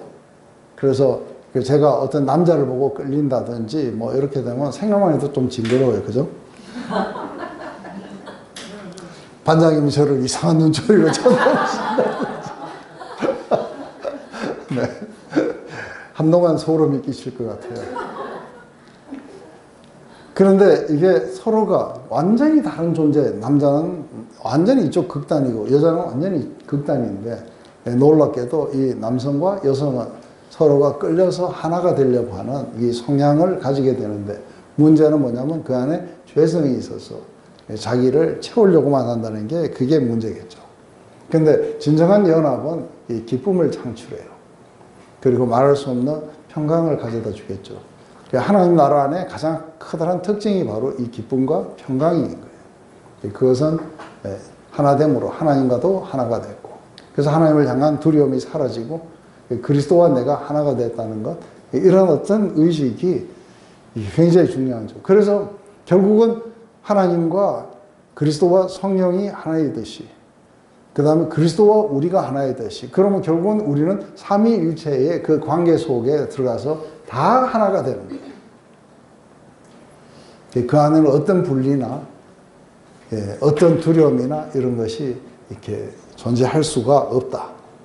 이게 이제 굉장히 중요한 것이겠죠. 그래서 하나님의 속성의 가장 중요한 그 속성은 세 분이 하나로 연합해 계신다. 사랑의 연합의 공동체다. 그리고 우리를 그분의 그 공동체 안으로 우리를 갖다가 데려가시는 거예요. 그래서 그 안에 연합 안에 생명으로 충만되어 있는 거예요. 이게 이제 우리가 죽었다가 살아나는 이야기. 이런 걸 보면은 서로가 남녀가 사랑에 빠져도 굉장히 이렇게 살아나요. 갑자기 죽어가고 삶이 지루하고 이러다가도 확 살아나요. 그렇듯이 우리가 이 연합이 일어나게 될 때 갑자기 어디서부터 왔는 에너지인지 모르지만 이 에너지가 우리를 충만하게 채워서 굉장히 코에다가 생기를 부르는 것처럼 살아나요. 그런데 이게 하나님하고 연합이 되면은 어마어마한 하나님의 그 생명이 우리에게 찾아와서 우리로 하여금 갑자기 막 죽어버릴까 하고 생각했다가 갑자기 막 죽어가는 사람들을 살리는 그 일들을 막 하게 될 정도로 강력하게 일어설 수 있는 것은 바로 연합 속에서 나와요. 그 속에 모든 것이 서로 통용이 되는 거예요. 예, 그러면서 이제 그래서 우리가 이제 이 부분을 안다면은 여기서 파생되어 나오는 진리는 뭔가 했을 때 하나님은 자꾸만 우리 인간들은 어떠냐면 하나님이 자기를 자꾸 버리실 거라고 생각합니다. 넌 지쳤다. 너무 투마치다. 하고 계속해서 그럴 거라고 생각하는 그거는 자기지 하나님이 아닌 거예요. 왜냐하면 하나님의 속성은 뭐예요? 목적이 뭐예요? 모든 것들이 그리스도 안에서 완전히 하나가 되게 하는 것이 그분의 목적이에요. 그래야 온 우주는 그분의 생명으로 충만하게 되는 거죠. 그래서 그분의 그 모습이 온 만물에게 이렇게 나타나는 게 이게 창조의 목적이고 이게 구속의 목적이에요. 그렇기 때문에 뭔가가 생명이 결여될 때 생명을 부어주시는 분이시지 그걸 갖다가 이제는 아유 힘들다 고만이다 하고 그렇게 하시지 않는다는 거예요. 그렇다면은 하나님은 우리를 갖다가 성경에 그런 거 굉장히 많이 나와요. 그죠? 우리 아버지 엄마는 우리를 기부합해도 하나님은 우리를 절대로 기부합하지 않고 우리를 영접해 주시는 분이라는 거예요. 이게 이제 믿음 속에서 하나님에 대해서 이해가 될수록 하나님과 연합하는 것들도 훨씬 더 쉬워져요. 그런데 우리 성경 안에서는 우리가 가지고 있는 이 지식을 초월하는 하나님의 사랑이라고 그래요. 그래서 우리는 하나님이 이렇게 사랑하실 거고 이럴 때는 조금 뭔가 이럴 것이라는 어떤 지식 같은 걸 가지고 있어요. 그 지식에 넘치는 그리스도의 사랑을 알아. 그런 거죠. 그래서 우리가 그것을 경험할수록 우리는 하나님과 연합되고 생명으로 충만되고 우리는 어둠에서부터 벗어나게 되게 될 거라는 거예요. 그래서 이것 때문에 하나님은 예수님을 보내신 거예요. 그리고 우리를 용서하시고 우리의 죽음 가운데서 그 예수 그리스도를 죽음 가운데서 살리셨던 그 파워가 우리도 영적으로 죽었던 우리들을 완전히 이렇게 세우시는 그 파워가 바로 하나님의 사랑의 파워, 성령의 파워였던 거예요. 그래서 그 강력한 파워가 그리스도를 죽음에서 일으키셨다는 거예요. 그래서 마치 우리는 영적으로 죽어 있었는데 그런데 그리스도의 그 생명이 우리에게 와서 우리를 죽음에서 생명으로 이렇게 끄집어내신 것이죠. 이것을 갖다가 우리가 사도 바울은 뭐라고 이야기하냐면 바로 부활의 능력 속에 우리가 살아간다 하고 그렇게 이야기되는 거죠. 그래서 죽음에서부터 우리가 부활했다는 것처럼 그렇게 이야기하는 거죠. 그래서 하나님을 타자로 느껴가는 것, 하나님을 완전히 다른 타자로 느껴가서 분리된 채 기도하는 경우들도 많이 봐요. 그리고 하나님을 완전히 두려워하게 되겠죠. 그리고 하나님으로부터 이렇게 숨고 싶고. 그래서 이게 분리가 일어났을 때 나타나는 거리감을 많은 사람들이 느끼고 살아요. 이게 이제 불신이죠, 불신. 그래서 사랑의 공동체가 나타나려면 불신 대신 이게 사랑이 지배해야 되는 거예요. 하나님을 향한 믿음. 이게 우리로 하여금 하나님의 사랑이 지배하도록 하는 거죠. 근데 끝없이 하나님의 사랑에 대해서 회의하는 사람들이 있어요. 병처럼 그렇게 회의해요. 그래갖고 맨날 물어요. 그런데요, 이럴 때는 그러면 이래도 그렇게 하세요. 뭐 어쩌세요 하고 믿으려 안 하려고 끊임없이 뭔가 확인하려고 하고 이런 사람들은 생명이 안 나타나요. 그래서 하나님이 우리를 지으셨기 때문에 우리는 하나님 없이 살아갈 수가 없게 되어 있는 존재들인 거예요. 그래서 하와가 아담에게서 나오듯이 우리는 하나님께로부터 왔어요. 그래서 우리는 하나님께로부터 났도다 하는 거예요. 우리의 출처가 어디냐면 하나님이에요. 우리의 생명도 이것도 하나님으로부터 온 거예요. 그런데 이것은 죄로 말미암아 분리됐던 우리들을 하나님의 그 생명을 우리에게 주셔서 우리가 태어난 거예요. 그래서 우리는 하나님께로부터 태어났다. 이게 새롭게 태어났다 하는 이런 말들을 쓴 거예요. 그런데 여기에서 그냥 태어나는 게 아니라 바로 둘째 아담인 예수님을 통해 가지고 우리가 그분과 연합되어 가면서 신랑 신부로서 남자와 여자의 그 연합처럼 그 연합을 통해 가지고 우리가 일어났다 하는 것을 보여주는 거죠. 그래서 이제 이렇게 얘기해. 이러므로 남자가 부모를 떠나 그 아내와 연합하여 한 몸을 이룰지니라. 아담과 그 아내 두 사람이 벌거벗었으나 부끄러워 아니하니라. 그래서 여기 보면 남자가 부모를 떠나 그 아내와 연합하여 둘이 한 몸을 이룰지니라. 그래서 하나가 되라고 이야기를 했는데 아담은 이게 성공을 못했어요. 그래서 곧 우리가 보게 되는 것에서는 이게 분리가 일어났어요. 그런데 이것을 갖다가 이루신 분이 바로 예수님이신 거죠. 그래서 여기 보면은 우리가 에베소서의 말씀에 우리가 아내들과 남편들이 어떻게 관계해야 되는 이야기를 하다가 자기 아내를 사랑하는 자는 자기를 사랑하는 것이라. 그리고 이게 그 아내가 자기 육체라고 이야기하는 거죠.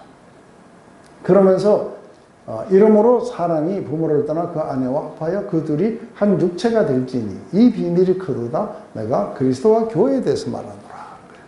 그래서 창세기에 나오는 이 말씀은 그리스도와 교회가 완성을 보게 되는 거예요. 바로 이것을 갖다가 이게 진리라면은 너희도 각각 그렇게 그리스도와 교회처럼 그렇게 기능을 해라 하고 이야기하는 거예요.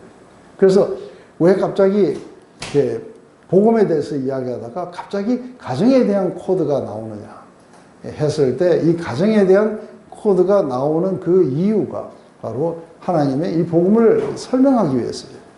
근데 많은 사람들은 이게 그냥 가정을 위해서 하나님이 특별히 이걸 쓰셨다고 그런데 이게 말이 잘 안 맞아요. 왜냐하면은 뭐 위에 보면 술 취하지 말라 이런 방탕함이니 뭐 이런 이야기를 막 해가지고 하다가 갑자기 그리스도를 경외함으로 피차 서로 복종하라 하면서 갑자기 이 이야기가 나오는 거예요. 그러니까 뭐 가만히 있다가 이거 가정들이 좀 무너지니까 써야겠다든지 그렇게 하고 쓴 글이 아니에요. 복음을 위해서 쓴 거예요. 그리스도와 교회에 대해서 이야기한 거예요. 그런데 그 모습이 이게 그리스도와 교회의 모습이기 때문에 한 가정 안에 아내와 남편도 이게 복음적으로 산다는 게 어떤 거냐면 바로 남자는 그리스도의 모습을 나타내고 여자는 아내의 모습을 반영을 해라고 하는 그 이야기인 거예요. 이게 실제로 그리스도와 교회의 모습이라는 거죠.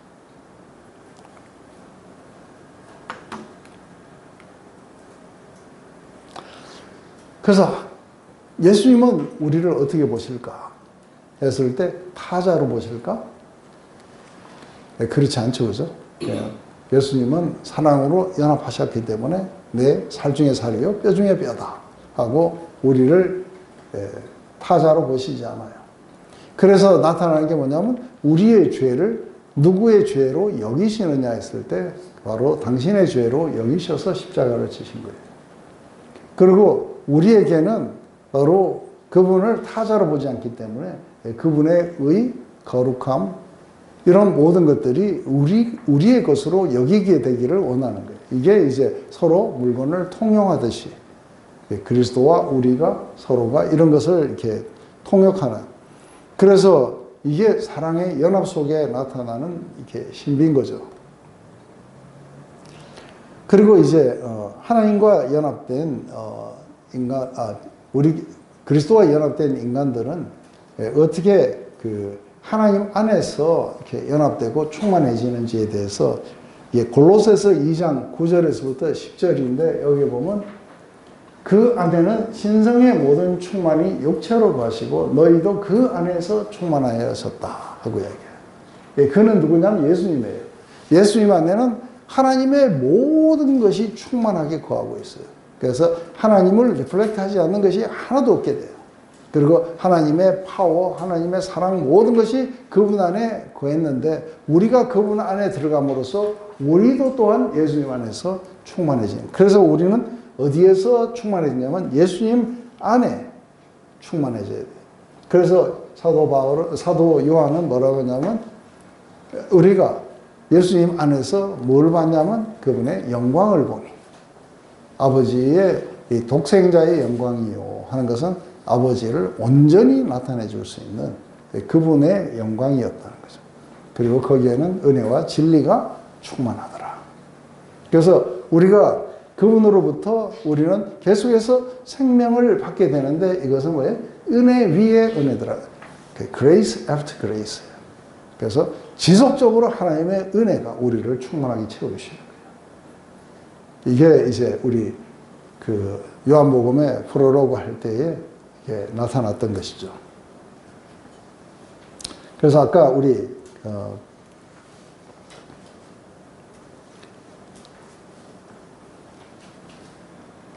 아까 1장 10절에 나타난 거예요. 그죠? 그리스도 안에서 하나가 되도록 하는 것입니다. 그래서 어떤 때가 오게 될 거라는 거죠. 그 때가 되면 그러면 그것의 성취가 일어날 것이다. 그 뭐냐면 모든 것들을 데려다가 하늘에 있는 것이나 땅에 있는 것 모든 걸 데려다가 전부 한 머리이신 예수 그리스도 아래에 전부 다 두게 되는 것이 이게 목적이었어요.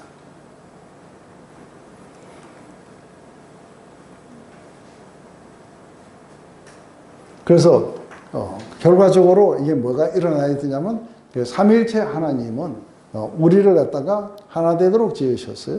그런데 그것으로만 끝나는 게 아니라 죄로 인해서 멀어졌던 우리들을 다시 한번 그리스도를 통해서 우리가 하나님과 연합할 수 있도록 도와주신 거예요. 그래서 먼저 그리스도와 연합되고 그리고 아버지 하나님과 연합되면서 우리는 삼위일체가 이게 폭이 커지는 거죠. 그죠? 그래서 우리 모두가 다 삼위일체의 그 교제 안에 들어가서 연합의 기쁨. 그래서 그 속에는 연합 속에 들어갔기 때문에 뭐가 없어요? 이게 수치를 느낀다는 것은 왜 느끼는 거예요? 수치는 분리됨 속에서 나타나는 거예요. 왜냐하면 나와 전혀 다른 타자가 나를 보는 거예요. 그렇기 때문에 이게 분리의식 속에서 수치라는 게 나타나지 연합 속에서는 수치가 없어요. 왜냐하면 그 속에서는 다른 사람의 그 수치도 매끌로 여겨지고 이 연합의 신비가 그런 거예요. 그죠? 그래서 어느 누구가 수치스럽다 해서 그걸 수치스럽게 바라보는 시각도 뭐예요? 분리예요. 이 분리는 죄의 결과로 나타나요. 그래서 이게 분리로 가면은 이제 큰일 나는 것이겠죠. 그래서 벌거벗었으나 부끄러워하지 않았다는 건 완전한 연합을 의미했었어요. 이게 이제 우리가 창세기 1장과 2장에서 왜 우리를 만드셨고 어떻게 만드셨고 그리고 그 목적이 어떻게 왜 한 가지 내리신 명령이 이게 땅을 다 정복하고 이러면서도 제일 먼저 가장 작은 단위에서 하나됨이 일어나야 되는지. 그래서 이건 완전히 우리의 이게 프레임을 다 바꿔야 돼요. 다 바꿔야 되는 게 혼자서 모노로 뭐 잘난 척하고 제가 그래서 뭐 어디 가서 돌을 닦고 30년 만에 나와가지고 뭐 이렇게 되면 하나님 보시기에 좋았어요. 안 그러면 좋지 않았더라 하는 게 좋지 않았더라. 그런 거는 그리스도 안에서 그런 성장은 없어요. 연합 속에서 나타난다는 거예요. 그게 이제 진정한 이렇게 성장이라는 거. 그래서 그걸 연합하려면 그리스도로부터 생명력을 부여받아야 돼요. 그래서 우리가 연합되고 서로 상합되어서 자라가게 되는 거예요. 이게 공동체적으로 자라가야 된다는 거. 이게 원래 우리의 본래의 모습인데 그때에 우리는 불안한 모습이 아니라 완전한 모습으로 나타나게 되는 거예요. 이걸 위해서 그리스도가 우리의 모든 죄를 담당하셨다. 그죠? 그렇다면 이제 우리가 남은 20분 동안에 이제 좀 더 보기를 원하는 것은 이게 왜 깨졌느냐.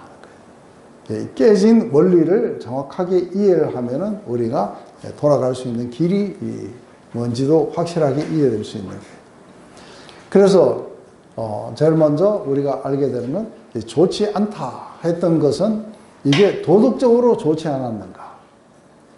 선악과가 나쁜 행실이었기 때문에 우리가 그것을 갖다가 죄라고 이야기하는가 했을 때 그렇지 않아요. 과일 따먹은 거예요. 그죠? 그런데 이게 죄가 아닌 거예요. 그리고 뭔가가 아담이 뭔가 분리된 척 혼자서 아무것도 안 했는데 죄냐 하면은 그게 좋지 않다고 말씀하시는 거예요. No good. 그렇다면 선과 악의 기준. 여기서 우리가 볼 때 선과 악의 기준은 어디에 있는가 하면 하나님과 같으냐 안 같으냐. 하나님의 모습, 하나님이 지으신 모든 세계의 가장 기준은 누구냐면 하나님이 있어요.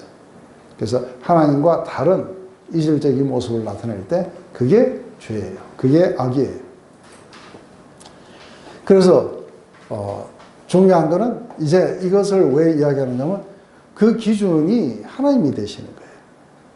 그런데 그 기준을 피조된 인간이 기준이 되면 어떻게 돼요? 그렇다면 악이 마구 나타나게 돼요. 하나님의 세계 속에서. 이게 이해가 되세요? 하나님이 지으신 세계에 하나님이 모든 선악의 기준이 되세요. 그래서 하나님이 이것을 악이라면 악이고 하나님이 이것을 선이라면 선인데, 그런데 하나님이 그것을 갖다가 말씀하시는 게 아니라 하나님 자체가 그러신 거예요. 선이에요.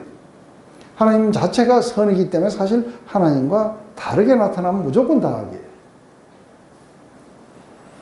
그래서 이 선과 악의 개념도 확실하게 이렇게 달라져야 되는 거죠. 그런데 여기에 이제 타락의 원리 속에 이 기준을 누가 삼고자 한 거예요? 그거를 인간이 스스로가 선과 악을 결정하게 되는 이 선악과의 열매를 먹었다는 것은 하나님이 지으신 세계에 하나님이 기준이 아니라 인간이 스스로가 기준이 되기 때문에. 그래서 이때의 인간들은 이제 이고가 탄생하고, 그리고 악이 죄성이 우리 안에 탄생해서 이게 시선이 어두워져 버려요. 그 결과 우리는 우리의 어떤 죄성이 판단하는 것을 따라 선과 악을 나타내게 돼요. 그래서 자기가 선하려고 아무리 노력해도 하나님 안에는 악이에요. 그래서 생명이 없는 거예요. 이거를 이해해 둔다면은 왜 선악과가 그렇게 중요한 것인지. 그래서 이제 여기서부터 선하게 살려고 하는 이 인간들, 그러니까 뭔가 자기 삶을 완성시키고, 그리고 뭔가가 제대로 뭔가를 살아야겠다고 생각해갖고 뭔가가 나타나게 되는 것이 바로 이제 인본주의 안에서 나타나는 도덕주의예요. 이거는 악이에요, 하나님 앞에서. 근데 이게 악이라고 처음 이야기하면은 굉장히 충격이 오죠, 그죠? 하나님 모습과 다른 모습이에요. 그래서 우리가 그 파트들을 조금 더 이렇게 보게 되면은 우리는 모든 선악의 기준은 하나님이시다. 그래서 이것과 동떨어진 선은 없다.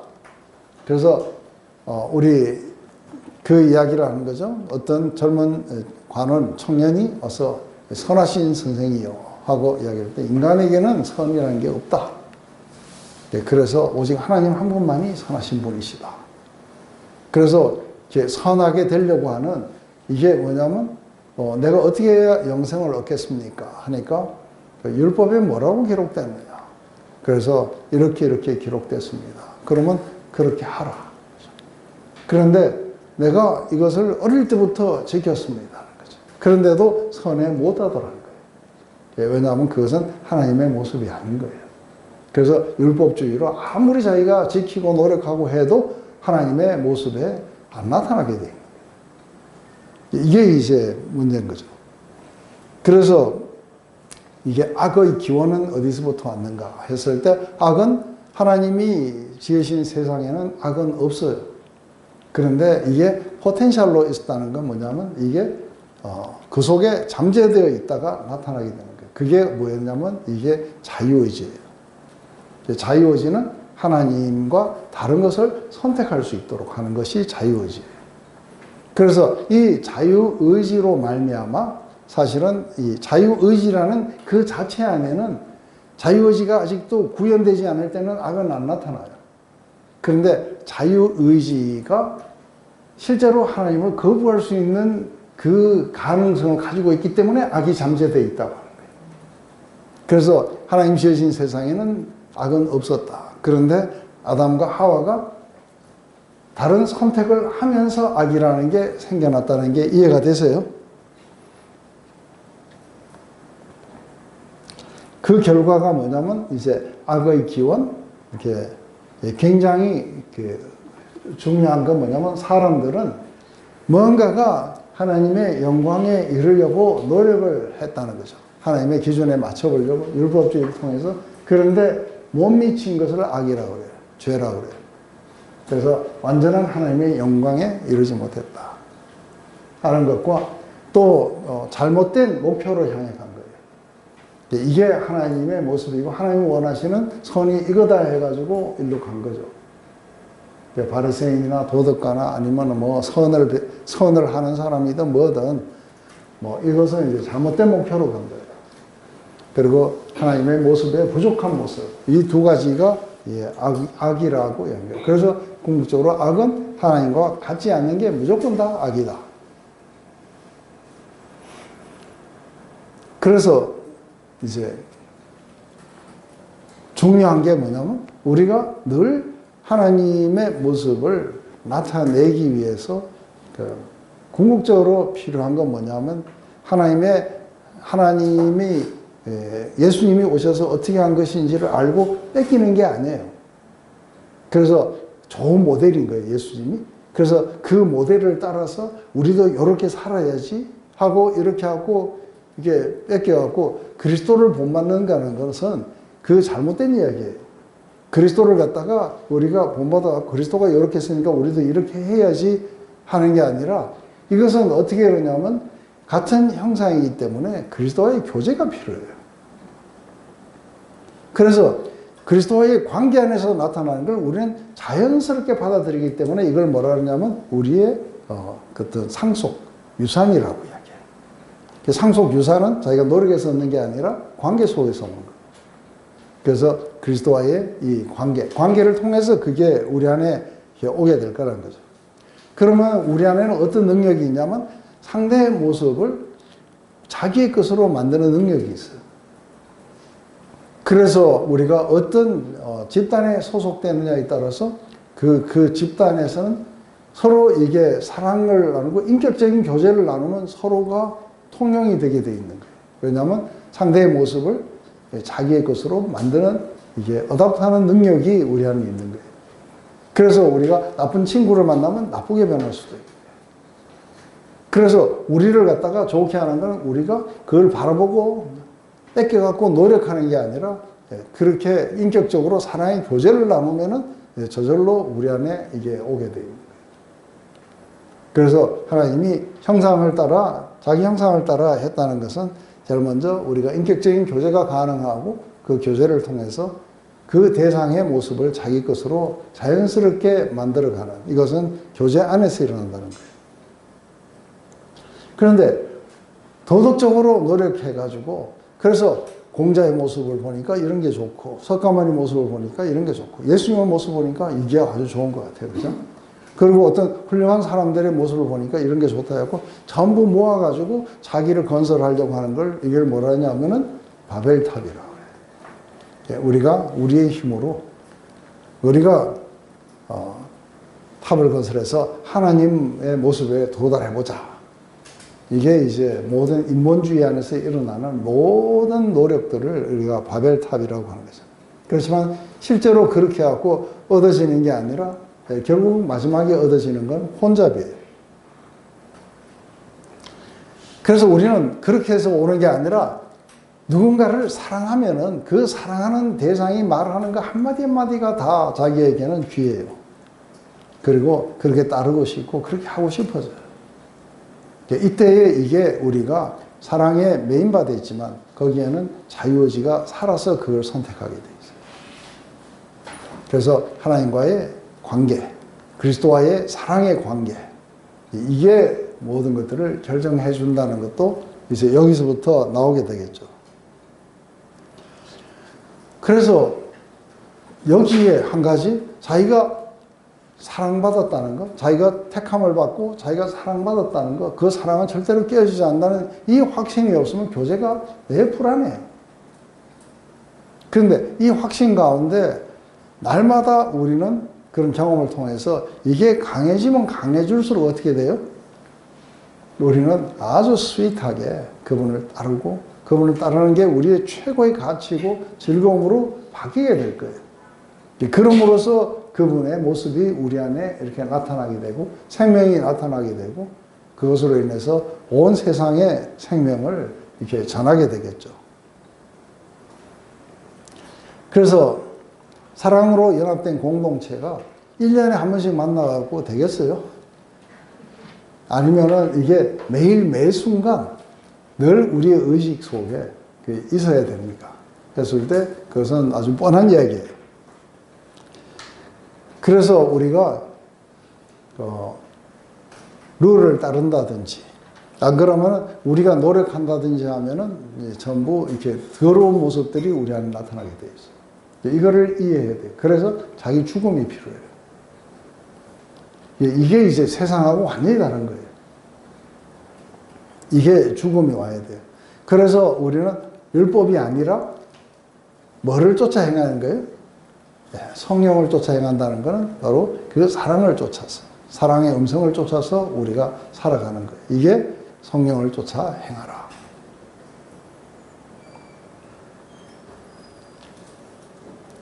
그래서 우리에게 그 성의 선물은 무엇을 위해서 주셨냐면 이 바로 하나됨, 연합을 위해서 우리에게 주신 거예요. 그래서 이것은 서로가 아주 깊은 차원에서 알게 하기 위해서 둘이 하나가 되기 위해서 그렇게 하는 것이겠죠. 그래서 이거는 결심이 아니라 사랑이 이것을 이끌어 가야 돼요. 그죠? 그래서 내가 사랑해야겠다. 결심해가지고 가면은 얼마 못 참고 그 여태까지 참은 거 도로 다 폭발해요. 근데 가장 사랑받은 자녀가 가장 부모를 잘 반영하게 될 거예요. 그렇듯이 우리의 잡은 뭐냐면 그분의 사랑을 우리의 마음속 깊이 뿌리 내리게 하고 터가 굳어지고 날마다 그 사랑 속에 자라야 하나님의 모습이 나타나고 하나님과 연합되고 그것을 통해서 이 사랑만이 우리를 연합시켜 주는 거예요. 그래서 성령께서 사랑의 띠로 우리를 묶어 주셨다.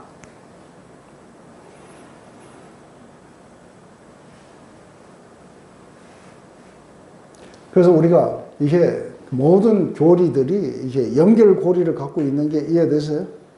처음에 하나님이 우리를 어떻게 만드셨는지, 또 목적이 뭔지, 이것과 함께 왜 인간을 그렇게 만드셨는지, 왜 이런 명령을 하셨는지, 왜 죄가 들어와서 이게 깨졌는지, 그러면 이것이 어떻게 다시 회복되기 위해서, 이게 어느 것 하나에서 벗어나 버리면 안 돼요. 다른 교리가 없는 거예요.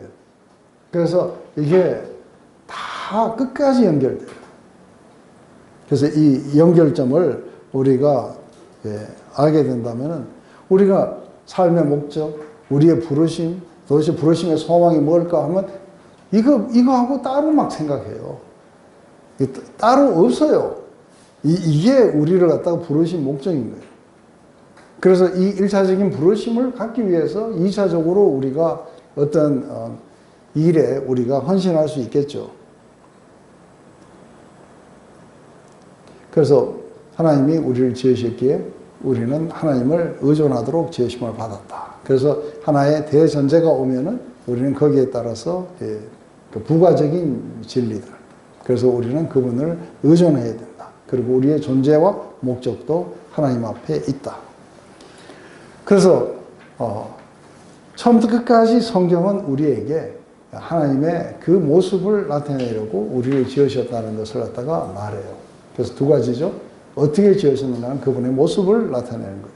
그리고 그 모습을 나타내서는 어떻게 하냐 했을 때 모든 죽어가는 곳에 하나님의 생명으로 충만하게 하는 것이다. 그래서 여기 보면 영광이에요.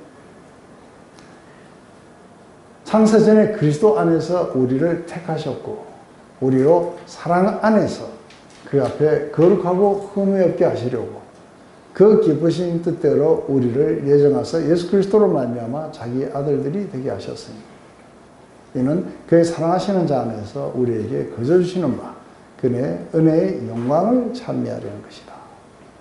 그래서 우리를 왜 택하셨고 그리고 어떻게 우리를 흠이 없고 거룩하게 하시려고 왜 예수님을 우리 가운데 보내주셨고 그리스도로 말미암아 우리가 어떻게 그분의 모습을 빼어담는 아들들이 되었으며 그리고 그의 사랑하시는 자 안에서 예수님 안에서 우리에게 거저 주시는 그 은혜를 우리가 날마다 받아서 그것을 갖다가 이렇게 찬미하는 것이다. 그런데 그것은 이렇게 하는 과정을 통해 가지고 우리는 그분의 모습을 나타내게 될 거예요. 하나님 미리 하신 자들로 또한 그 아들의 형상을 본받기 위해서 미리 정하셨어요.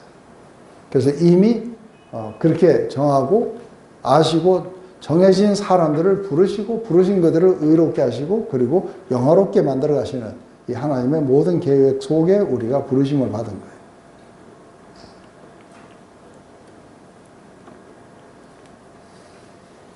그래서 우리가 베드로전서 2장에 가면 이렇게 나와요. 너희는 택하신 족속이요 왕같은 제사장들이요 거룩한 나라요 그의 소유된 백성이니 이는 너희를 어두운 데서 불러내어 그의 귀한 빛에 들어가게 하신 이에 아름다운 덕을 선포하려 함이라. 그래서 아름다운 그 영광을 나타내기 위함. 그런데 이게 목적이 안 되면 우리의 부르심에 상당히 중요한 것, 우리가 다른 사람들에게 생명을 채워주기 위해는 뭐부터 해야 돼요? 우리 안에 하나님의 모습이 나타나야 돼요. 하나님의 모습이 나타나야 되는데 이게 도덕이나 합리적인 생각과 어떻게 틀리는가 했을 때 제일 먼저 그 종들이 상전들에게 아무 잘못도 없이 그 괴롭힘을 당해요. 이렇게 아무 잘못 없이 괴롭힘을 당했을 때 이때 그러면 이 종들은 어떻게 하나님의 영광을 나타낼 수 있을까 하는 이야기가 상당히 중요해져요. 그랬을 때 이게 지금 베드로는 그렇게 괴롭히는 그 상전들에게 죽게 대하듯 해라. 왜 이렇게 죽게 대하듯 그렇게 해야 됩니까? 이건 불합리한 거 아닙니까? 우리가 노동청이나 뭐 그런 데다가 이걸 고발해야 되는 문제가 아닙니까? 하고 이렇게 생각할 수 있겠죠, 그죠? 근데 그렇지 않다는 거예요. 왜 그렇지 않습니까? 했더니 우리가 경험했던 걸 이야기하는 거예요. 우리가 하나님과 원수되었고 우리가 하나님께 그렇게 잘못했을 때 그때에 우리 죄 때문에 그분이 채찍에 맞고 그리고 뭐 곤욕을 치르셨다는 거예요. 그런데 만약에 예수님이 그렇게 채찍이 맞고 곤욕을 치르시다가 갑자기 이거는 정의가 아니야 하고서는 정의를 세우시겠다고 확 해가지고 하면은 우리 구원은 없어요.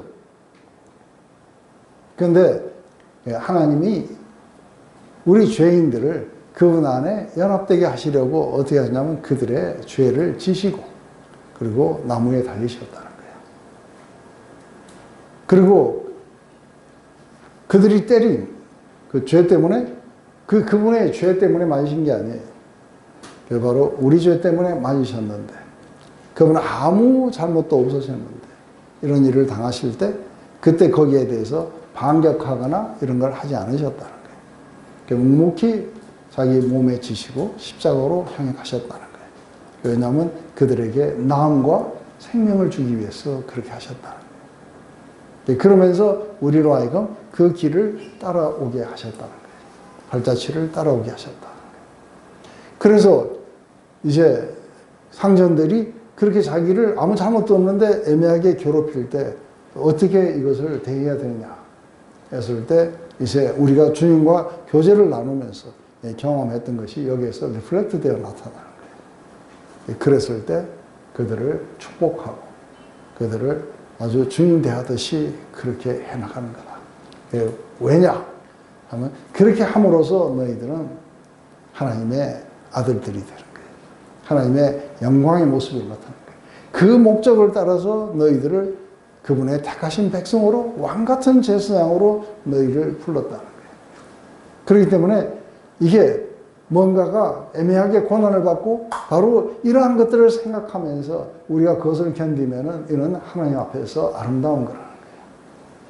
왜냐하면 우리 안에 하나님의 모습이 새겨져 가고 있는 거예요. 자고 깰 때에 주님의 그 형상이 자기 안에 새겨지는 것으로 기뻐한다는 거예요. 그래서 우리가 영혼의 목자가 없었을 때는 우리가 그 정의를 따지고 이랬는데 이제 영혼의 목자 되신 예계로 우리가 돌아오게 됐다는 거예요. 그래서 우리는 의로워졌고 우리에게는 생명이 있었고 우리는 새로워졌다는 거예요. 우리를 통해서 그들의 세계도 그렇게 나타나야 된다는 거예요. 우리가 미션이라는 영화를 보면 과라니 족속을 가기 위해서 그 어려운 그 이과수 폭포를 기어 올라갔어요. 올라가면은 그 사람들이 잡아갖고 십자가를 지나니까 십자가에 묶어갖고 밑으로, 폭포 밑으로 떨어뜨려요. 그러면 또 다음 사람이 올라가요. 거기 왜 가요? 위험한데. 그죠? 그런데 이 다음 사람이 정해지고, 그래서 드디어 한 사람이 거기에 클라리넷을 들고 올라갔다가 그 두려움 속에 떨면서 거기 갈 필요가 없어요. 그죠? 그런데 죽어가는 그곳에 하나님의 생명을 나타내기 위해서 가서 과감하게 그리스도가 십자가를 지신 것처럼 또한 자기의 십자가를 들고 올라갔어요. 결국은 그 생명이 전해지면서 이게 과라니 족속들이 이게 복음화되는 과정들을 얘기해요. 그런데 거기에서 스페인과 포르투갈의 이 서로 왕들이 이걸 하면서 갑자기 이게 스페인 영토로 이렇게 바뀌면서 이게 그렇게 해서 숲속에 살던 사람들을 선교회를 만들었는데 이걸 전부 없애라고 해요. 그러니까 그 일을 잘 이해하지 못하는 이 신부들은 뭐예요? 그 스페인 군대와 총으로 맞서 싸워요. 그리고 이 주임 신부에게 와서 축복해달라고 그래요. 우리가 지금 전쟁에 나가는데. 그때 이 신부가 하는 말이 뭐예요? 그렇게 한다면 하나님의 사랑은, 하나님의 영광은 도대체 어디서 나타나야 되느냐. 그 이야기를 하는데 그 멘도사 대장은 마지막 죽으면서 아직도 이해 못해요. 그죠? 왜 저 신부는 저렇게 나가는지. 이 신부에게 가장 중요했던 건 우리를 부르신 목적이 있다는 거예요. 그래서 그 목적을 따라서 우리는 여기서 기꺼이 우리는 우리의 삶을 내려놔야 된다고 보는 거예요. 그럼으로써 하나님의 영광이 나타날 수 있도록 한다고 하는 거죠. 이게 베드로전서의 주제예요. 내가 거룩하니 너희도 거룩하라. 그래서 왜 내가 거룩하니 너희도 거룩하라라고 이야기하냐면 이 거룩의 개념이 바로 그 번제단에서 희생제물로 올라가서 타고 있는 그 제물은 지극히 거룩하다. 그래서 그것에 타치하는 자들도 다 거룩하게 될 것이다. 이게 자기 죄가 아니라 다른 사람의 죄 때문에 고난을 당하고 이런 자들을 이게 바로 예수 그리스도의 희생제물처럼 우리를 갖다가 삶의 희생제물로 내어놓는다는 거예요. 이런 사람들은 지극히 거룩하다는 거예요. 바로 하나님의 속성이 그러기 때문에 너희들도 그래야 된다. 하나님이 자비로우시니 너희도 자비로워야 된다. 그래서 하나님의 온전하신 같이 너희도 온전하라는 이야기가 전부 이 이야기예요. 이것은 그리스도와의 깊은 교제 속에서 그 그리스도가 왜 오셨는지도 이해하고 자신들의 삶의 목적이 뭔지도 이해하고 그리고 그리스도와 깊은 교제 속에서 이것이 자기에게 인바디되어 있는 사람들만이 가능한 얘기예요. 그래서 이걸 갖다가 우리가 뭐라 하냐면 Beyond the Gate of Heaven. 우리 창의 끝이라고 번역됐지만 Beyond the Gate of Heaven. 이게 뭐냐면 이게 천국의 문을 넘어서는 이야기예요. 이 땅의 이야기가 아닌 거예요. 그 이야기 속에 우리가 하나님의 글로리가 나타나도록 그렇게 하는 게 목적이었다고 이야기해요. 제가 기도하고 마칠게요. 하나님 오늘 이 디스커버리를 통해 하나님 우리를 어떻게 지으셨고 왜 지으셨으며 그리고 이것을 통해 갖고 왜 남자와 여자로 만드셨는지 그리고 연합에 대한 중요성들 이런 모든 것들이 도대체 무슨 의미가 있었는지 하지만 어떻게 이것이 우리의 잘못된 선과 악의 선택들, 하나님과 동떨어져서 우리가 뭔가를 하려고 하는 이 자체 안에서 악이 나타나게 되었는지, 우리는 어떻게 다시 또 돌아가야 되는지 하는 이러한 긴 이야기의 복음의 이야기를 우리가 듣습니다.